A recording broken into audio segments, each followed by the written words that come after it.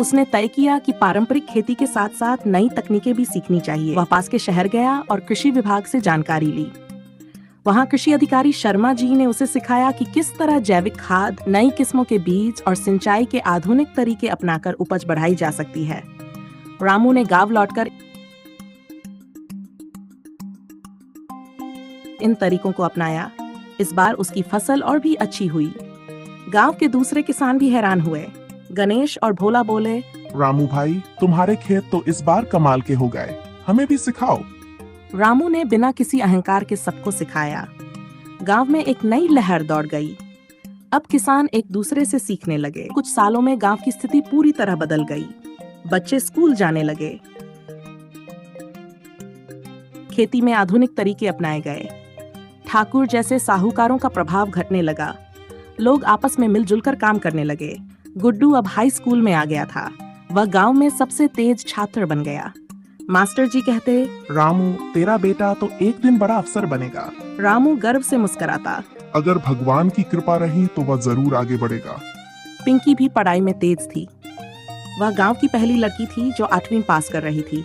अब रामू की पहचान पूरे जिले में थी। कृषि विभाग के अधिकारी भी उसकी तारीफ करते थे। समय बीता गया। गुड्डू अब इंटरमीडिएट में पहुंच गया था। पढ़ाई में उसका मन बहुत लगता था। गांव के मास्टर जी और जिले के अधिकारी सभी उसका हौसला बढ़ाते थे। रामू ने ठान लिया था कि चाहे जैसे भी हो, बेटे को कॉलेज भेजेगा। एक दिन गुड्डू ने पिता से कहा, बाबूजी, मैं आगे पढ़कर इंजीनियर बनना चाहता हूँ ताकि गांव के लिए काम कर सकूं। रामू की आंखों में आंसू आ गए। बेटा, मैं खेत में दिन रात काम कर लूंगा, लेकिन तेरी पढ़ाई कभी नहीं रुकेगी। गुड्डू ने मेहनत से पढ़ाई की और सरकारी इंजीनियरिंग कॉलेज में दाखिला पा गया।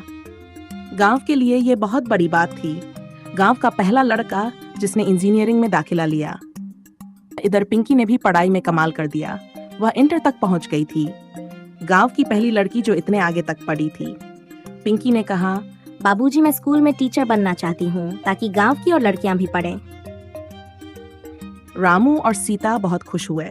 बेटी, तू हमारा सिर ऊंचा करेगी। गुड्डू जब इंजीनियर बनकर लौटा तो सबसे पहले गांव में सौर ऊर्जा से चलने वाला पंप लगवाया। इससे खेतों में पानी की समस्या हल हो गई। पिंकी भी अध्यापिका बन गई। उसने गांव में लड़कियों को पढ़ाने का जिम्मा लिया। जिला अधिकारी ने गांव में दौरा किया और कहा, रामू जी, आपने दिखा दिया कि ईमानदारी, मेहनत और जान से गांव की तस्वीर बदली जा सकती है। आप जैसे किसान देश की असली ताकत हैं। इनसे हम सबको सीखना चाहिए। रामू ने विनम्रता से कहा, मैंने तो बस इतना किया कि सच्चाई का साथ नहीं छोड़ा। अगर सब मिलकर काम करें तो हर गांव बदल सकता है। साहब, मैं तो बस मेहनत करता हूँ, बाकी सब भगवान का आशीर्वाद है। इस कहानी के दूसरे भाग से हम ये सीखते हैं, शिक्षा से समाज का विकास होता है। नई तकनीकें अपनाने से खेती में सुधार होता है।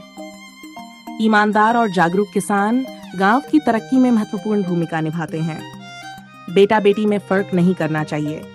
दोनों को पढ़ाना चाहिए। सच्चाई, मेहनत और एकता से किसी भी गांव को समृद्ध बनाया जा सकता है। नमस्ते दोस्तों, आपको ये कहानी कैसी लगी? अगर आपको थोड़ी सी भी अच्छी लगी हो तो इस वीडियो को एक लाइक और एक प्यारा सा कमेंट जरूर करें। साथ ही अपने दोस्तों के साथ शेयर करना न भूलें और हमारे चैनल को सब्सक्राइब जरूर करें। साथ में बेल आइकन भी दबाएं ताकि हमारे नए वीडियो आप तक सबसे पहले पहुंच सकें। धन्यवाद।